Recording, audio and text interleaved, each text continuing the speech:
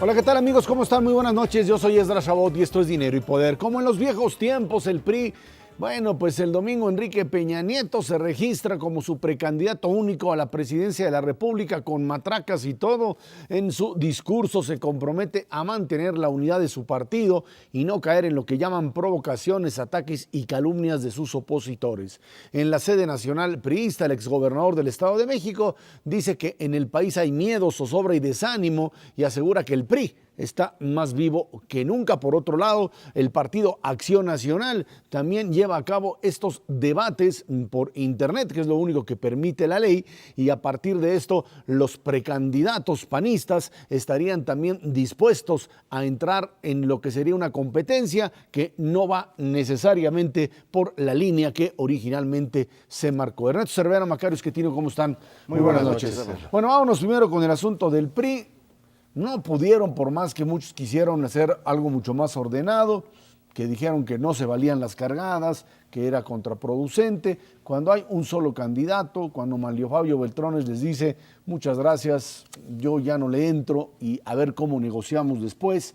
El hecho es que la inscripción de Enrique Peña Nieto se sitúa, por un lado, en esta tendencia de atraer masa y llegar y llenar plazas y gritos y matracas, y por otro lado, bueno, un candidato joven, distinto a lo que sería la clase política que lo rodeó, que era más o menos pues una gerontocracia verdaderamente pues conocida por todos aquellos que ya tenemos varios años. También ya tenemos algo de edad. Eso. Sí, efectivamente, el candidato del PRI, pues me parece es un candidato bastante competitivo, el mejor que el PRI ha podido construir en un buen rato. Arrancan, pues como saben hacerlo, está en la naturaleza de este partido el actuar, pues un poco como lo hicieron este domingo.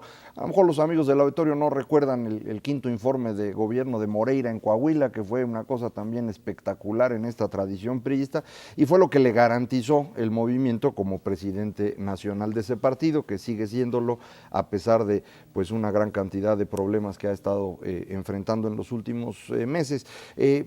La ventaja que tiene en este momento Peña Nieto en las encuestas, producto de la forma como construyó su candidatura, pues le permite arrancar bien, le permite que esta gran cargada priista, como se llamaba antes, la bufalada, pues llegue con él, lo impulse, lo arrope, y bueno, pues ahora entramos a una etapa totalmente distinta en donde ya va a tener que enfrentar a candidatos de otros partidos que van a ser pues bastante menos tranquilos que lo que ha sido su historia hasta hoy, en donde pues únicamente aparecía en televisión en spots prefabricados.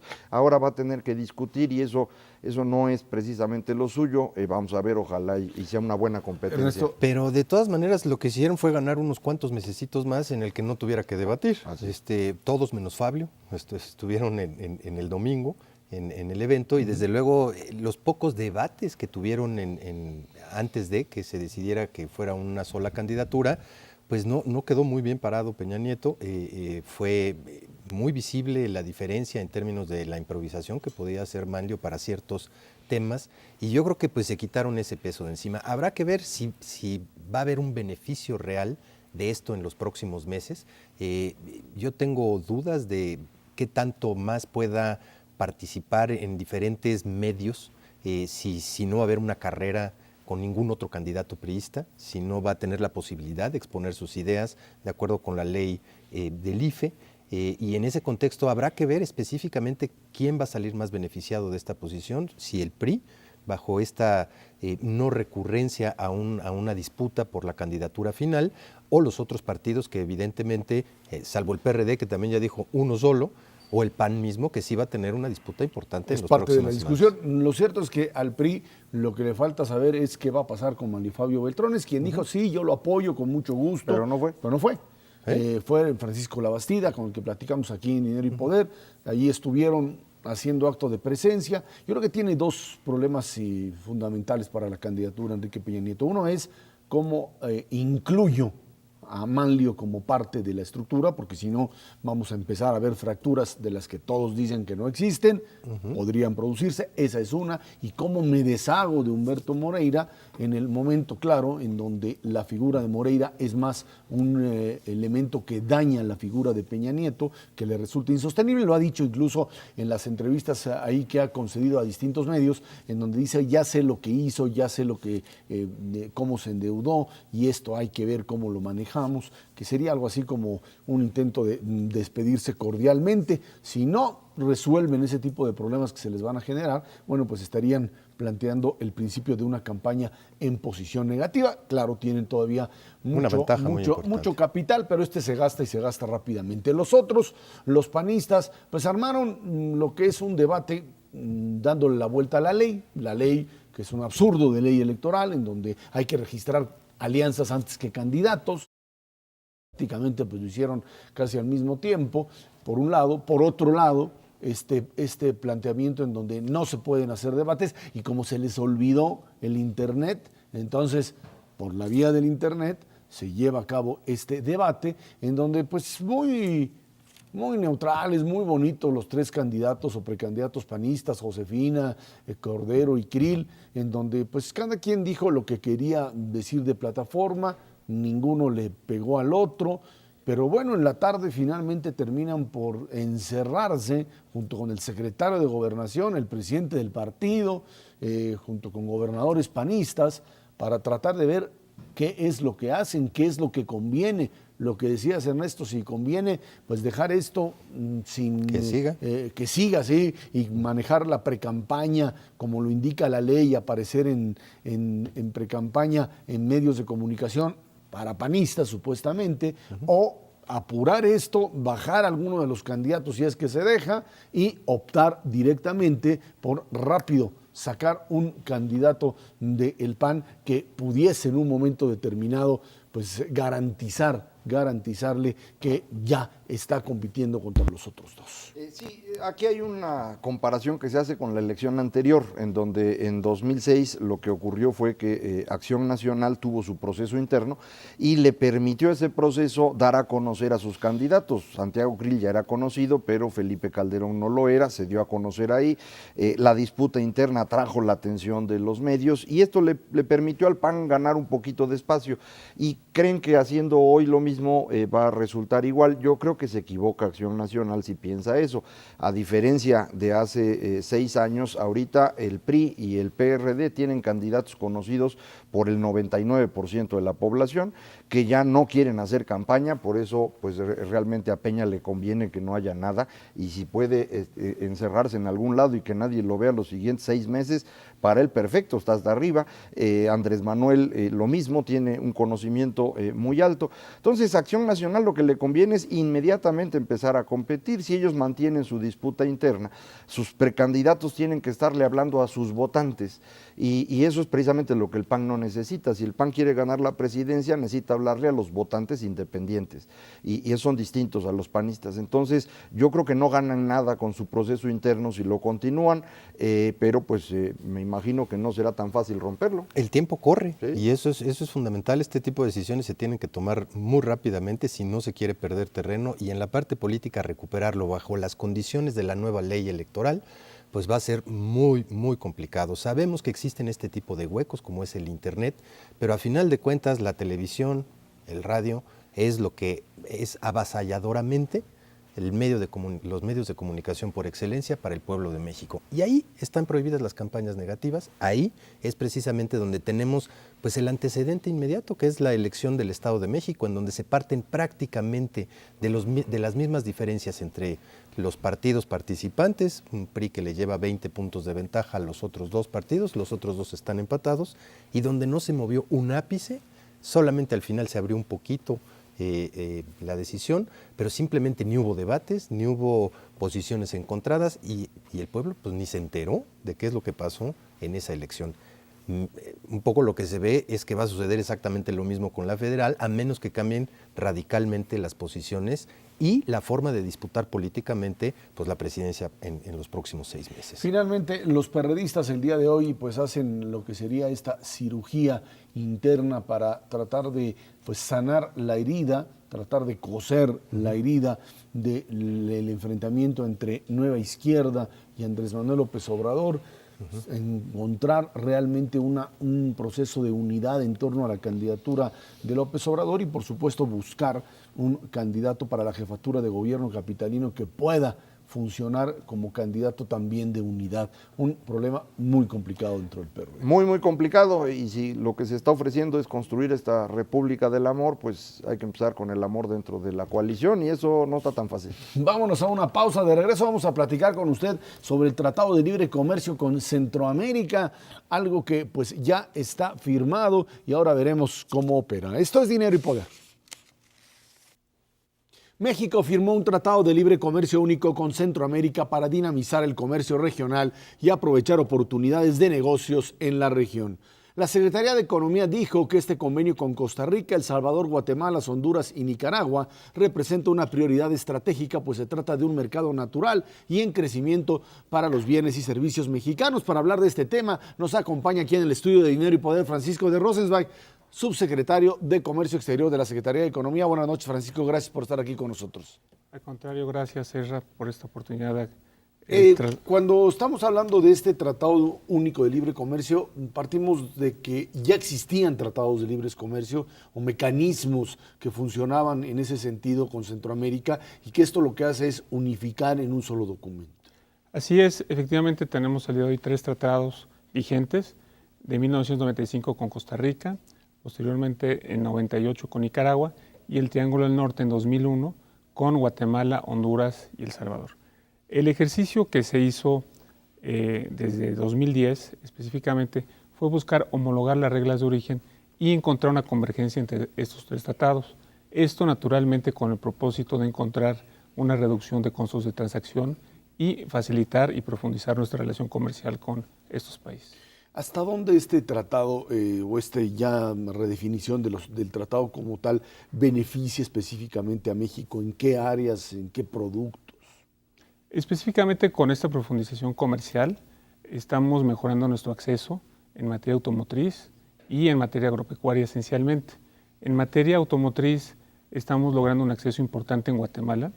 Dentro de los próximos 4 años de aprobarse el tratado tendremos un arancel cero, por lo que todos aquellos vehículos menores a 5 toneladas podrán exportarse libremente sin arancel a Guatemala y en el caso de Honduras y El Salvador dentro de los 10 años siguientes a la aprobación del tratado. Francisco, yo tengo la impresión que más que el asunto de comercio, lo que a México le es atractivo es sobre todo el asunto de inversión. Me parece que ha habido una gran inversión de empresas mexicanas que se han estado moviendo pues a aprovechar este mercado centroamericano. Pienso Bimbo, que vendía pan, creo que también han estado moviéndose otro tipo de industrias del ramo fundamentalmente de alimentos. ¿Es correcto esto? ¿La inversión es un factor fundamental también en este acuerdo? Sin duda, es importante recordar que Centroamérica es el 4º destino de inversión mexicana, con 5.200 millones de dólares, seguido en primer lugar de Brasil, Colombia y Perú.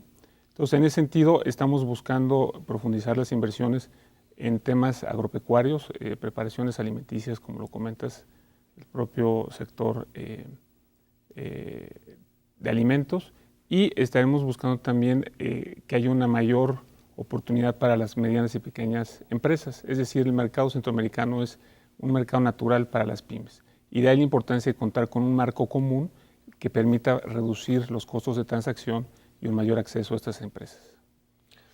Oye, Francisco, uno de los aspectos que pues, más va en contra del Tratado de Libre Comercio es precisamente los aspectos regulatorios.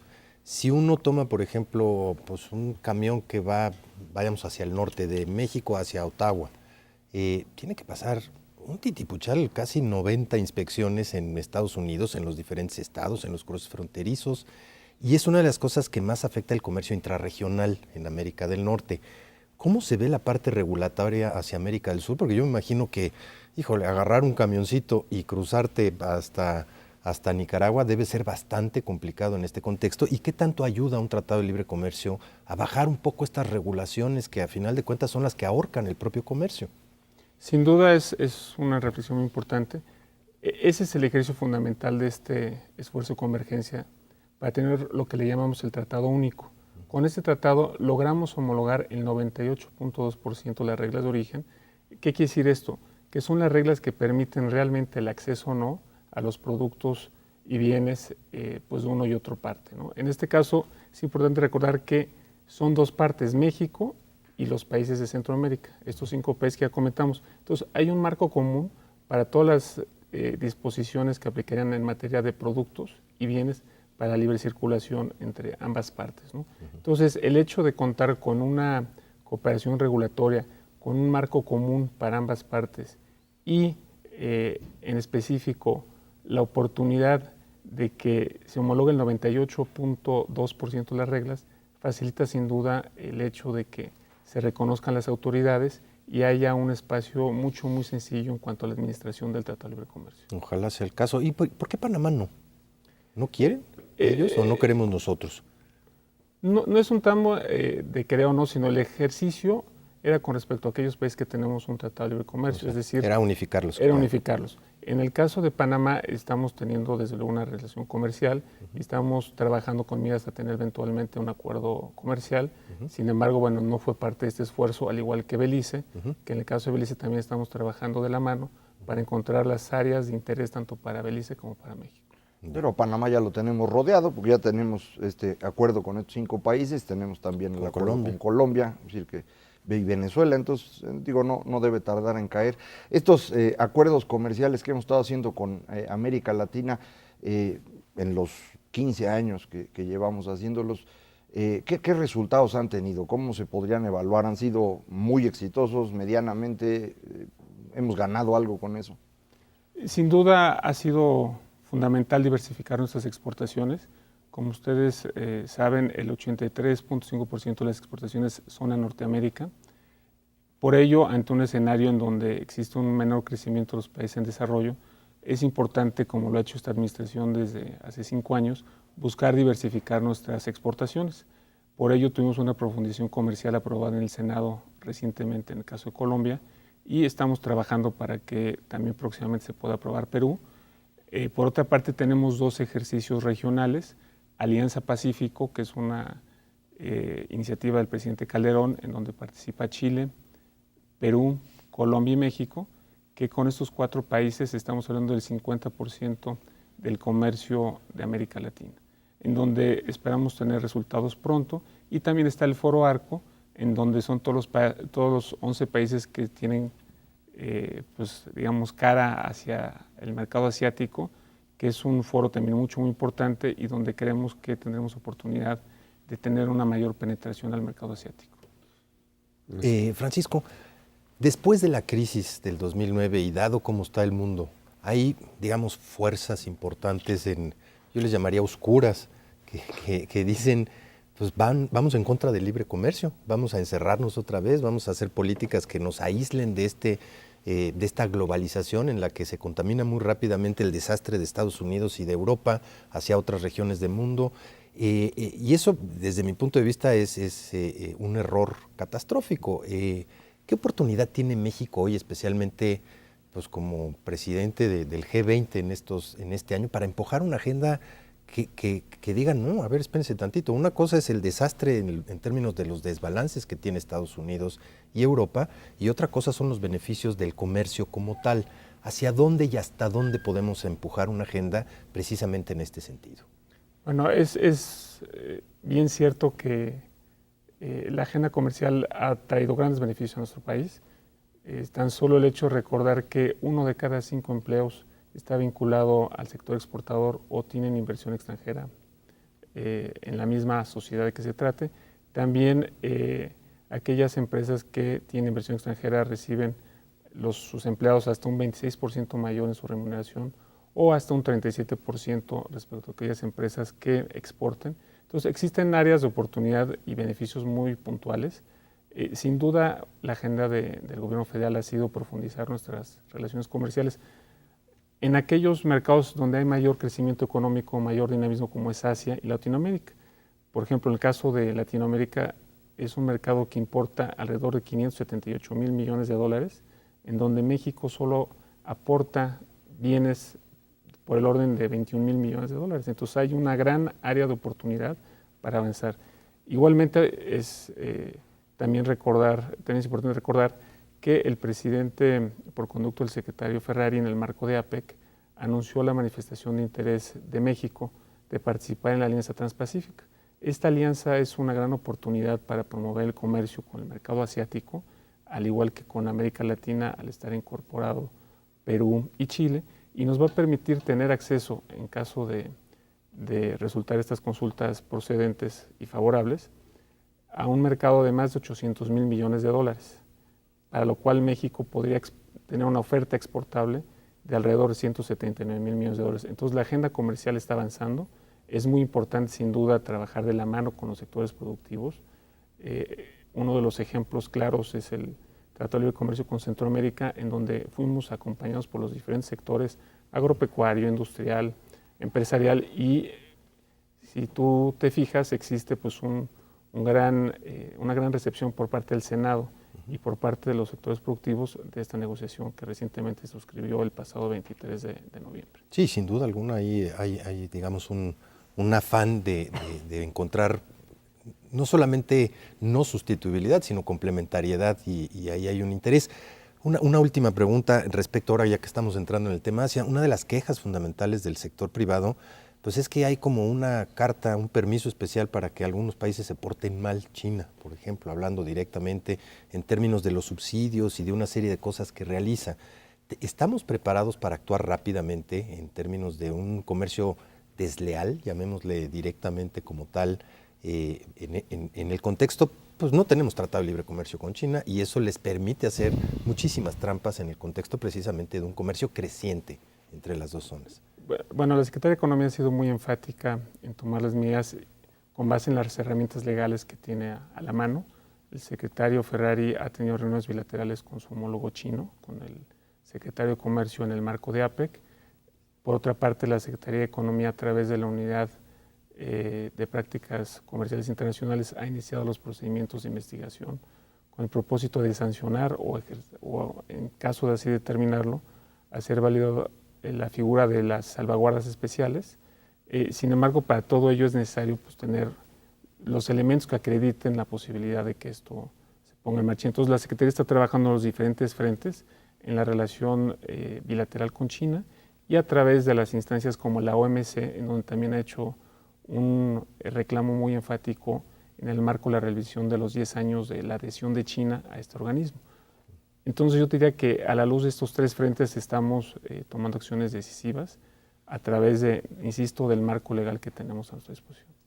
Ahora, hay, Francisco, una serie de sectores dentro del sería el sector privado que se oponen a cierto tipo de tratados de libre comercio. Yo había escuchado, por ejemplo, en el caso de Centroamérica, el temor de ciertos sectores de la industria mexicana diciendo es que el problema es que en un momento determinado esta apertura en este sector lo que hace es permitir la entrada de productos ilegales, todo este problema que se ha generado incluso con el asunto chino que mencionaba Ernesto. Centroamérica es una zona en donde se puede garantizar un control en el manejo de las reglas de un tratado de libre comercio que supone que sean productos centroamericanos los que ingresen al país. Uno de los objetivos también del Tratado de Libre Comercio con Centroamérica fue mejorar los mecanismos de revisión aduanera, de revisión y verificación de reglas de origen o del origen de los productos. En ese sentido estamos trabajando muy de la mano con la Secretaría de Hacienda y con las autoridades centroamericanas para fortalecer los procesos aduaneros y también, desde luego, encontrar espacios de oportunidad para que aquellas áreas en donde se han identificado inquietudes del sector privado pues se refuercen.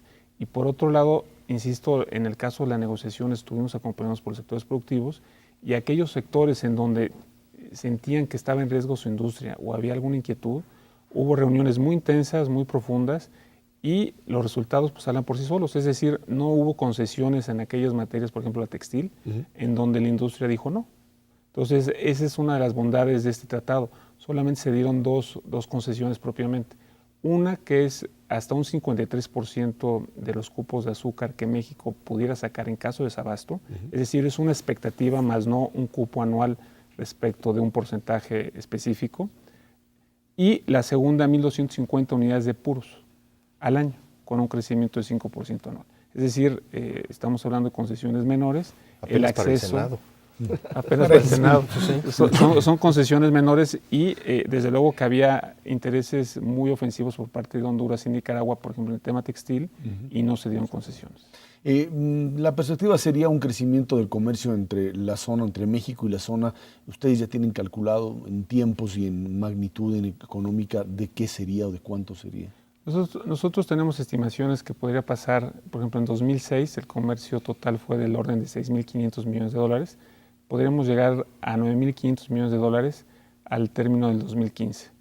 Por ejemplo, en el caso de vehículos ligeros menores de 5 toneladas, estamos exportando cerca de 30 millones de dólares. Estimamos que podríamos exportar alrededor de 100 millones de dólares al inicio del quinto año, por ejemplo, con Guatemala, que ya no habría un arancel aplicable.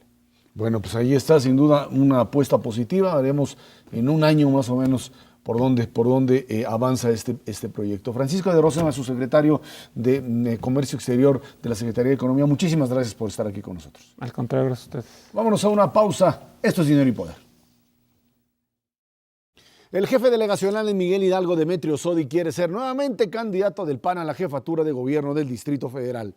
Sodi asegura que tiene la capacidad para gobernar en la Ciudad de México debido a su experiencia en el sector público y también en el privado. Sin embargo, antes deberá pasar por un proceso interno en el que junto a él otros 4 panistas de la capital aspiran a gobernar la ciudad. Está aquí con nosotros Demetrio Sodi de La Tijera. Demetrio, muchas gracias, buenas noches. Gracias, muchas gracias por la invitación. Al contrario, Demetrio, ¿te quedaron ganas después de la pasada de volver a entrarle a la jefatura de gobierno, a competir por la jefatura de gobierno?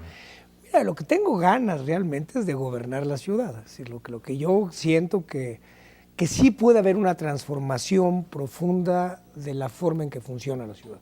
Profunda. Creo que la ciudad, y todos lo vivimos, aquí nacimos, aquí hemos estado toda la vida, cada día está más desordenada, cada día es más caótica. Una ventaja de las ciudades de este tamaño es que tienes tantas cosas que hacer si te puedes mover, pero si no te puedes mover como sucede en la ciudad, pues de nada sirve vivir en una ciudad. Tienes todas las partes negativas y no la parte positiva es de apropiarte de la ciudad. ¿Pero eso es culpa de alguien?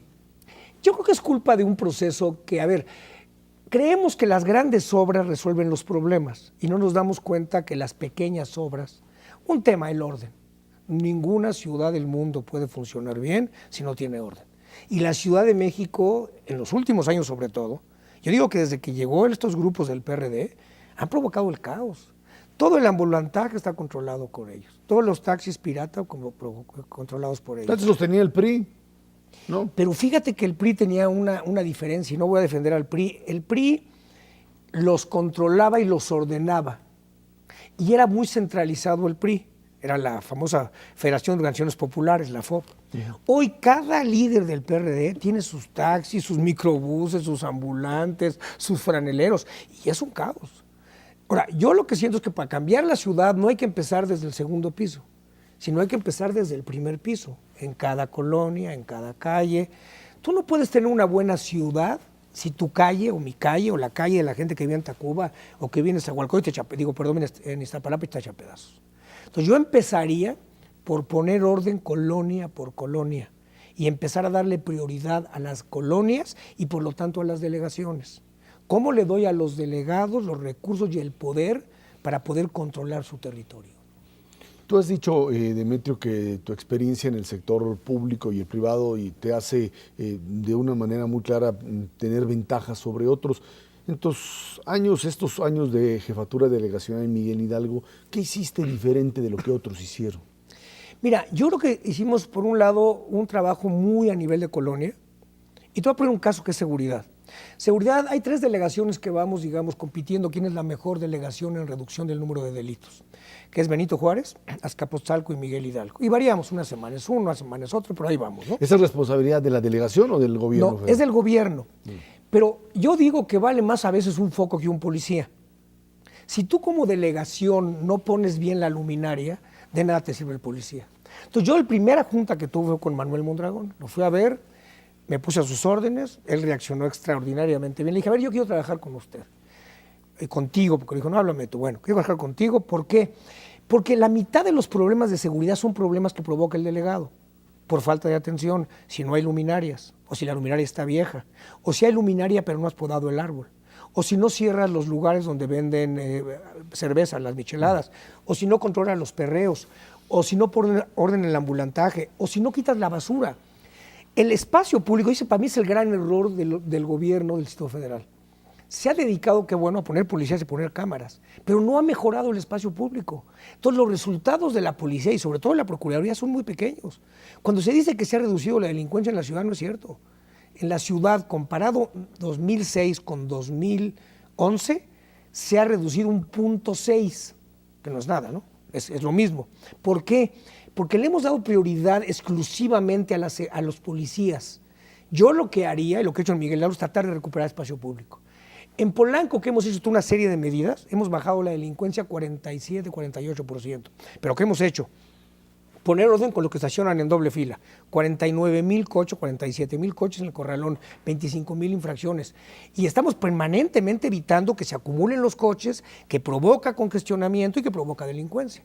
Hemos cambiado luminarias, hemos compuesto parques, hemos puesto un programa de movilidad. Es decir, yo siento que la ciudad la ves integralmente y no como lo están viendo solamente con acciones de un segundo piso. Por ejemplo, el Metrobús. Ese es un programa extraordinario. Pero si tú no pones orden paralelamente en los microbuses, que representan el 80-90% del pasajeros, de nada sirve. Entonces tienes que ver obras nuevas y orden. Mira, suena muy feo, pero el orden es fundamental en las ciudades. Demetrio, de acuerdo con las últimas encuestas, llevas una ventaja sobre, digamos, los posibles contrincantes panistas.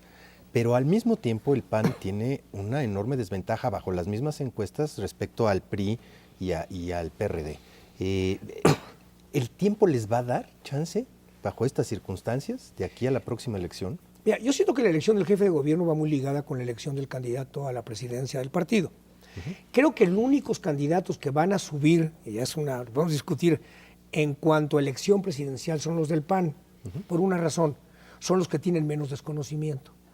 ¿Qué va a hacer López Obrador para subir? Pues será muy amoroso, ¿no? Pero no va a subir. Ya lo conoce el 90%, 95% de la gente, y salvo que hiciera algo extraordinario, diferente, ya saben quién es. ¿Qué va a hacer Peña Nieto? Ya lo conoce el 95% de la gente. Los que pueden subir son los candidatos del PAN, que los conoce el 50%. Y si sube el candidato presidencial del PAN, va a subir las expectativas de voto del PAN en la ciudad.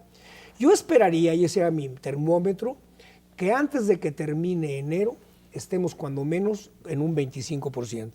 Si estamos en un 25% de intención de voto, podemos competir por los 30.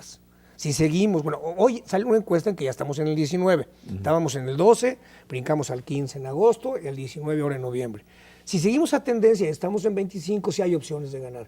Si seguimos en el 14-15%, no hay opciones de ganar. Al respecto, Demetrio, esta es la única entidad en donde el PRI pues prácticamente desapareció por un buen rato. Ahora nuevamente está en las intenciones de voto, pero estaban prácticamente destruidos. Y esto ocurrió, me parece a mí, porque toda esta estructura corporativa que tenía el PRI pues se fue a manos del PRD. Ya tú platicabas cómo están funcionando. ¿Cómo ganarle a esa estructura corporativa? Y suponiendo que se le gane, luego cómo se le controla para evitar que sea un verdadero problema. El mismo Marcelo Ebrard, me parece, un buen rato de su estancia como jefe de gobierno, no tuvo él control sobre esos grupos y eso lo obligó a subordinarse a decisiones que a lo mejor no eran suyas, ¿no? Eso es muy importante. Yo creo que Marcelo Ebrard ha sido un buen jefe de gobierno sin control del partido y sin control de los grupos sociales y del desorden. Y eso es lo que lo ha debilitado. Él mismo, a mí me lo han dicho, ha concentrado las facultades, quitado facultades a los delegados, porque no confía en los delegados del PRD, no confía porque van a abusar. Entonces, a ver, yo no creo que sea difícil controlar a los grupos de ambulantes, de taxis, siempre y cuando lo hagas muy transparente. Lo que no puede ser, que es lo que pasa, ser juez y parte. Y lo que pasa con muchos líderes y diputados del PRD y líderes del PRD, que son autoridad y al mismo tiempo son parte de las de las corrientes y de las mafias. Entonces, si tú estás limpio, puedes controlar. Pero si te toman la medida porque te recibes dinero, porque te dan dinero, se acabó el control. Entonces ya eres parte del problema, no la solución al problema. Y de este tipo de grupos organizados o prácticamente mafias, hay otros que no sé si controla el PRD, pero que siguen existiendo, como los que recogen la basura, los que administran todo este negocio, que es parte de este desorden al que te referías. Estos siguen siendo pues quienes controlan prácticamente el sindicato del Distrito Federal. ¿Ahí qué se puede hacer? Mira, lo que yo he vivido con el sindicato del Distrito Federal, y me pasó una cosa y lo digo, lo voy a presumir, pero cuando llegué me reuní con los líderes y me dijeron, es la delegación que tiene el peor trato y la peor imagen con el sindicato. Y hace un mes me reuní, hoy son ustedes la mejor delegación. Es respeto. En primer lugar, yo creo que hay mucha injusticia con los trabajadores del Distrito Federal. No es posible, te voy a dar dos ejemplos que a mí Hay alrededor de unos 40,000 eventuales, Distrito Federal, que cada 6 meses les cancelan el contrato para que no creen derechos, y luego los vuelven a contratar 15 días después, y ahí hay un negocio de plazas. Ahí no es justo. Yo lo primero que haría, lo digo porque es de ética, a todos les das plaza. Hay gente que tiene 35 años y cada 6 meses otra. Hay más de 10,000 gentes que son voluntarios. Del personal de limpia en las calles, que luego la gente se queja, ¿por qué me cobra dinero? Porque son voluntarios, no porque nadie les paga. Es injusto. Yo creo que un trato digno al sindicato sin corruptelas puede poner orden y puedes sumar los que yo lo he vivido en la Miguel Hidalgo como aliados y no como enemigos. ¿Cómo se le hace para conciliar? Miguel Hidalgo quizás sea también un ejemplo de lo que sucede en el resto de la ciudad. Tienes ahí presiones importantes por parte de desarrolladores inmobiliarios que legítimamente quieren construir, de vecinos que no quieren que se les construya porque ellos ya construyeron antes y entonces ya no quieren que les vuelvan a tocar. Tienes todavía muchas calles que siguen con estas dobles filas y que son restaurantes, y tienes presiones de todos lados, legítimas algunas, el problema es que son a veces irresolubles. Sí, yo creo que parte uno de que los dos tienen razón, porque el vecino que no quiere que haya restaurantes porque ya está saturado, tiene razón, y que cierran tarde y que hacen mucho ruido en la noche, tiene razón. Pero por otro lado hay un uso de suelo que les da el derecho al que tiene un negocio particular para hacerlo. Más que de conciliar, tratas de poner orden. Nosotros sí, a la semana hemos de estar verificando unos 5 o 6 lugares, básicamente por ruido y por horario. Y por venta menores, que es mucho menos. Y hemos logrado que no cierren tarde. Se dice que en Polanco hay muchos bares, en Polanco hay 2 o 3 bares, y de hecho en el nuevo plan parcial que estamos proponiendo, tratamos de conciliar. El nuevo plan parcial no va a permitir un solo restaurante más en Polanco, ni uno solo, salvo en centros comerciales o hoteles al interior. Porque también me criticaban a mí que se abrió una discoteca en el Obelisco, que ya tenían uso de suelo. También tiene que haber discotecas en la ciudad, pero no tiene que haberla donde están los vecinos. Entonces está en la esquina de Reforma con Campos Elíseos. Ahí no hay vecinos. O si abren una discoteca dentro de un hotel, está bien, o un bar. Si tienes que conciliar el que el vecino quiere vivir más tranquilo, aunque lo que tú dices tienes razón, todo aquel que hoy, aquellos que se quejan de que hay restaurantes, los que estaban en el lugar que había un restaurante eran igual que ellos, ¿no? Y no desaparecieron. Sí es conciliar, sobre todo Polanco, Las Lomas es más fácil, las colonias populares son más fácil, la zona que ha explotado y que es el principal espacio de crecimiento económico del país, de inversión del país, de turismo de la ciudad, es Polanco. Y tienen razón los vecinos y también tienen razón los que tienen un negocio particular, ¿no? Ahora, cuando se está planteando esta posibilidad de una candidatura por parte de Acción Nacional, se dice muchas veces que para ganar una elección ahora se requiere, cierto, el voto duro de militantes, pero más que nada a los que se llaman sectores independientes. O sea, el ciudadano que en alguna ocasión votaría por el PAN o en otra por el PRI o el PRD, dependiendo el candidato y los resultados. Dimitri. Sí, yo creo que hoy, a mí me da mucho gusto que el PAN no vaya a hacer alianza ni con el Verde, ni con Dante Delgado. De verdad, son de darte pena, ni con la profesora Elvester, un mal endémico de este país es la profesora, de veras. Entonces ojalá el PAN entendamos que no implica hacer una alianza dentro del PAN, implica hacer una alianza para fuera del PAN con los ciudadanos, hacer una alianza ciudadana. Y más que grupos duros, de veras, a mí Nunca he sido candidato de ningún otro partido más que de los grandes. Me dan vergüenza otros partidos, lo digo en serio. Se me hace que son partidos que tienen propietario y que tienen intereses económicos. Entonces yo lo que buscaría es cómo convencemos a la gente, y ahí tengo una ventaja. Yo he sido siempre candidato externo ciudadano y he trabajado mucho en grupos ciudadanos, el plebiscito, etcétera. ¿Cómo yo me comprometería, por ejemplo, que la mitad de las plazas no van a ser de ningún partido, sino que tienen que ser ciudadanas? ¿Cómo convencemos a los partidos de que llegan al poder, pero no para quedarse con el gobierno? Llegan al poder para gobernar, compartiéndolo con la gente, ¿no? Al interior de Acción Nacional, la competencia, ¿cómo se percibe en este momento? ¿Cómo se van moviendo los distintos precandidatos? Mira, la encuesta que sale hoy en un periódico, yo tengo un crecimiento de 2 meses para acá del 14 puntos. Y ya tengo una distancia contra el que me sigue, que es Gabriela Cuevas. Yo estoy en 39 intención de voto y en 17. Ella subió 1 punto, yo subí 14. Con los demás, con Luege, con ellos están ellos, les llevo 4-1, 5-1. Y yo espero que el PAN finalmente escoja al candidato que puede darle más fortaleza para ganar no solamente la ciudad, para ganar la presidencia de la República, ¿no? Ese binomio es importante. ¿Quién te gustaría como binomio? ¿O ahorita no quieres decir? Mira, la verdad, yo a los 3 los conozco, a los 3 los respeto, no me pronunciaría por ninguno ahorita, ni me han buscado ni los he buscado, y si me buscan tampoco les voy a dar mi voto, no, yo no estoy en esa competencia. Pero además tú no eres panista. Además, nunca me afilié al PAN, a alguna gente no le gusta eso, sin embargo el voto panista me favorece muy ampliamente. Y no me afilié al PAN básicamente porque ya estuve en el PRD, ya estuve en el PRI. Y mira, aprendí una cosa y suena feo. No me gusta la disciplina y el autoritarismo de los partidos. No me gusta. Yo me salí del PRI en su momento porque se opusieron a que hiciera el plebiscito. Y después del plebiscito de la ciudad, no volvió a hablar nadie en el PRI. Ya nadie me tomaba la palabra. Y te saliste del PRD cuando López Obrador no te quiso. ¿Y sabes cuándo también? Cuando se votó la ley de Seguro Popular, la instrucción de López Obrador, vótenla en contra. Y el gobierno nos había dado todo lo que habíamos pedido como partido a favor de la ley de Seguro Popular. 1 hora antes la decisión era votar a favor. Habló López Obrador y dijo, vótenla en contra. Y yo dije, no lo voten en contra. Pero ¿cómo que no? ¿Qué guapa? No es nuestro jefe. Y lo mandé a volar y me mandaron a volar. Y ahí estás volando ahorita. Y sigo volando. Así es. Demetrio Sodi, muchísimas gracias, de verdad, por estar aquí con nosotros. Vámonos una pausa. Esto es Dinero y Poder. La Organización para la Cooperación y el Desarrollo Económico advierte a Europa que debe actuar rápido para evitar el contagio de la crisis porque la economía global se ha parado y la zona euro ha entrado ya en una recesión.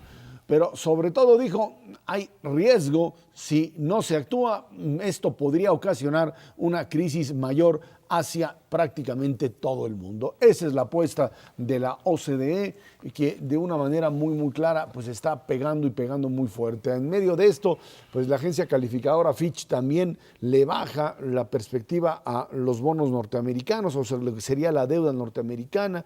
Un escenario que, a pesar de lo negativo que hoy se está planteando, finalmente estos primeros 2 días de actividad en los mercados ha sido positiva después de 7 jornadas consecutivas a la baja. Un muy buen dato de consumo en Estados Unidos desde el Black Friday, desde este viernes negro de alto consumo. Rumores de que en Europa se están poniendo de acuerdo en lo que sería un nuevo programa o ajuste fiscal. Esto que empieza a embonar y que OCDE dice, bueno, pues podría ser el principio de la salida, sin embargo todavía falta mucho, Macario. Sí, bueno, hay 3 cosas distintas que están ocurriendo. Por un lado, la economía funciona. Es decir, Estados Unidos está vendiendo, la economía en Estados Unidos crece, el único problema es no se generan suficientes empleos. Pero si uno quita esa parte, todo lo demás está funcionando. Ese es un elemento. El segundo elemento es, en Europa las deudas son muy grandes y la única solución de largo plazo es que aumenten impuestos y reduzcan gastos.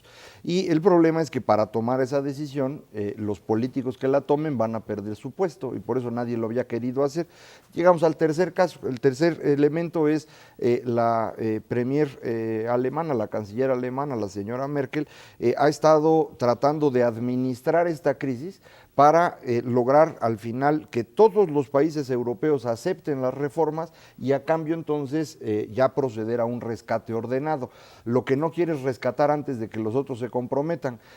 Los mercados se ponen nerviosos y eso es lo que ha estado dando pues el sube y baja que hemos estado viendo. La semana pasada incluso los mercados decidieron no comprar bonos alemanes, que fue así como el gran susto. Bueno, si de veras los alemanes ya no tienen crédito, el mundo ya no tiene crédito. Entonces, eso no se los va a creer nadie. Es decir, es un momento de desesperanza de los inversionistas que se les va a quitar al rato, tampoco es tan grave.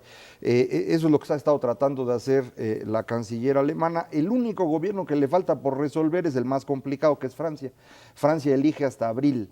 Y ya no le da tiempo. Entonces, antes de eso va a tener que aceptar que el Banco Europeo haga sus bonos, termine el rescate, se vuelva pagador de último recurso y el asunto estará resuelto. Eso es lo que la Angela Merkel no acepta, eurobonos que dice, pues primero me dicen cómo los vamos a pagar entre todos y después los emitimos. Todo tiene un límite, Ezra, y la verdad es que Merkel ya le tocaron muchísimas durante los últimos 2 años, en donde ha puesto su reputación por delante, y la mera verdad es que pues, los otros gobernantes ya simplemente pues le han visto la cara y ya está enojada. Esa es la verdad de las cosas. Ya cometió muchísimos errores durante un buen rato. Yo te diría a lo que acaba de decir Macario, yo añadiría una cosa.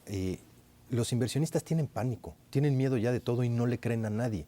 Digo, inmediatamente después de que se eligió a un gobierno de corte neoclásico, llamémosle en España, con Rajoy al frente, pues vuelve a deteriorarse la situación. Sí. Al día siguiente que se sustituye a Berlusconi ahora sí que por un expresidente, por un tecnócrata, se vuelve a caer y tal. Ya no le tienen confianza a nadie, a ningún político, de que efectivamente se vaya a poder lograr estos famosos ajustes fiscales que tienen hacia adelante.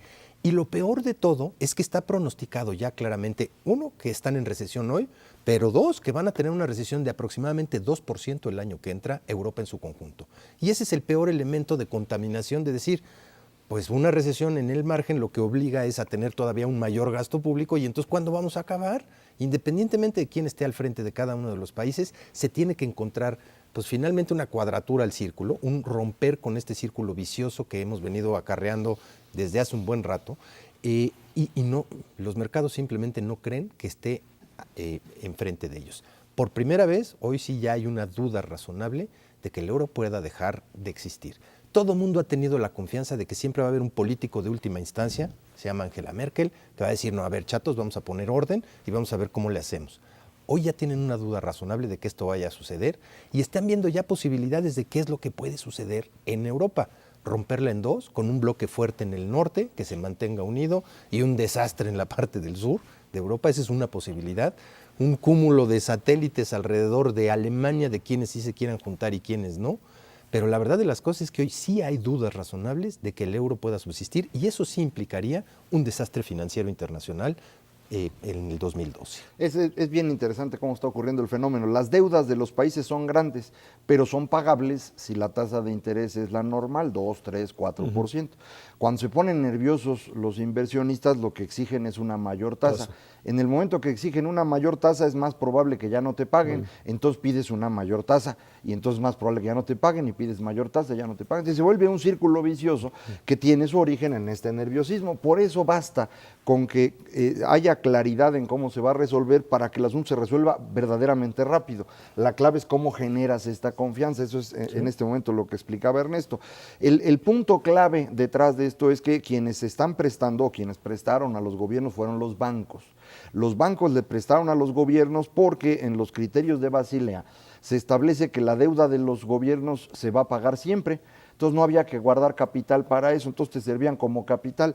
Ahora resulta que los gobiernos no pagan, y eso fue lo que pasó con Grecia. En el momento que dices Grecia, pues le vamos a recortar la mitad de la deuda, es una pérdida neta para el banco. Y entonces nuestro problema está en los bancos, y eso es lo que trasladaría la crisis. El núcleo de los problemas bancarios está en Francia.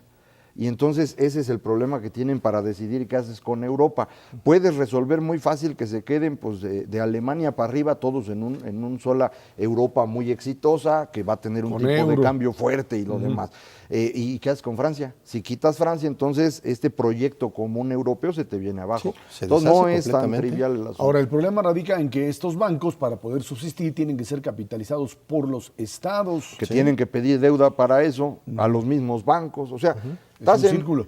todo se Tienen que resuelve entrarle con todos al confianza, mismo mano, tiempo, sí. tiene que entrar el Fondo Monetario Internacional, tiene que entrar el Banco Central Europeo y decir, la solución de largo plazo es que nosotros asumamos esa deuda, es su FOBAPROA, Sí. de muy largo plazo y de muchos países, pero a final de cuentas eso es lo que tienen que hacer irremediablemente.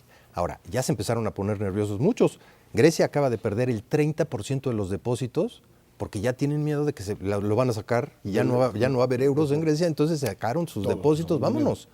Y esa misma contaminación puede empezar a permear muy rápidamente en Italia, en España, y eso sí generaría muy aceleradamente un proceso de deterioro peor. En el caso mexicano, bueno, pues esta Pero idea de tranquilos, que ¿no? tranquilos, con un dólar a 14 pesos, que según, bueno, pues ya no digo Macario. Porque, tú espérate al Super Bowl ahora. espérate al Super Bowl. Un problema serio en donde, bueno, Sí. por un lado, por supuesto, una mayor competitividad para las exportaciones mexicanas a 14 o ya bajó hasta 13.90, ahí se maneja, pero la verdad es que sí hay una presión excesiva en los mercados emergentes con respecto a estas monedas que en un momento determinado pudiesen generar inflación. Ya tuvimos un dato de inflación fuerte esta semana y que con un tipo de cambio en este nivel podría al mismo tiempo mantener pues más presión. Y no hay manera de predecir cuál va a ser el tipo de cambio. Si Europa se resuelve, nos vamos a 12.80. Si Europa se hunde, nos vamos a lo que tú quieras. Entonces, ahora sí que hagan sus apuestas. En todo caso, el que ha tenido el tipo de cambio real más estable de todos los países de América Latina y emergentes es México en los últimos 10 años. Y eso, sin duda alguna, es un aliciente macroeconómico para decir, estamos mucho mejor que como están el los de resto. frente. Sí, sin duda alguna. Ernesto Cervera, Macario Esquetino, muchas gracias. Gracias a usted que nos ve, nos escucha todos los martes aquí en 11 TV México, Dinero y Poder. Estamos en la radio Noticias MBS de 5 a 7 en el 102.5 del FM. Por nuestra parte, muchas gracias y muy buenas noches.